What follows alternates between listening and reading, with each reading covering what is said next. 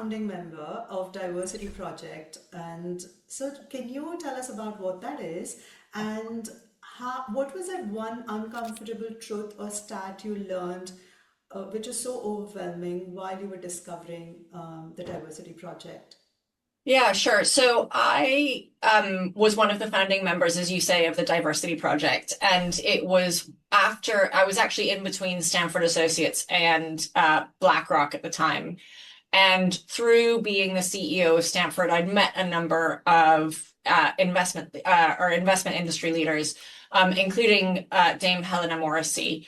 And a couple of us got together and agreed that so much more could be done Mm-hmm. in diversity in financial services. And the idea was that there were like individual areas where progress was being made, but nobody had brought it all together. So nobody was thinking about all different aspects of diversity. Nobody was thinking about it all the way through the career ladder. And so the idea of the Diversity Project was to bring all of those different aspects together. It's actually just been renamed Inclusion in Finance, and which I think is a really sensible evolution based on like the way that the diversity conversation has been happening. And the focus, like you don't want diversity for diversity's sake. You want diversity because you want more people to be included. So I think that's really exciting.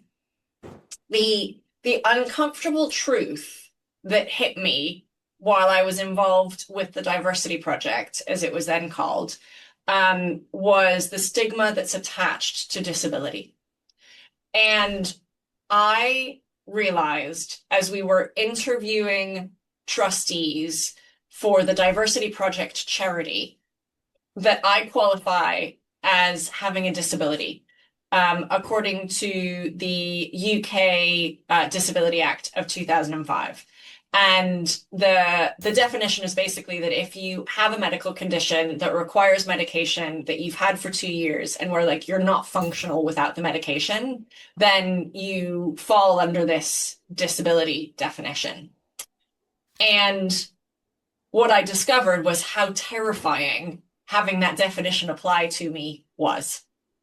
And so partway into my involvement with the Diversity Project, I had been involved on the gender side and I pivoted and I got really involved with disability because my view was if it scared me that much to have a disability label attached to me, then, and I was a managing director at BlackRock, then it must be even more terrifying for most people.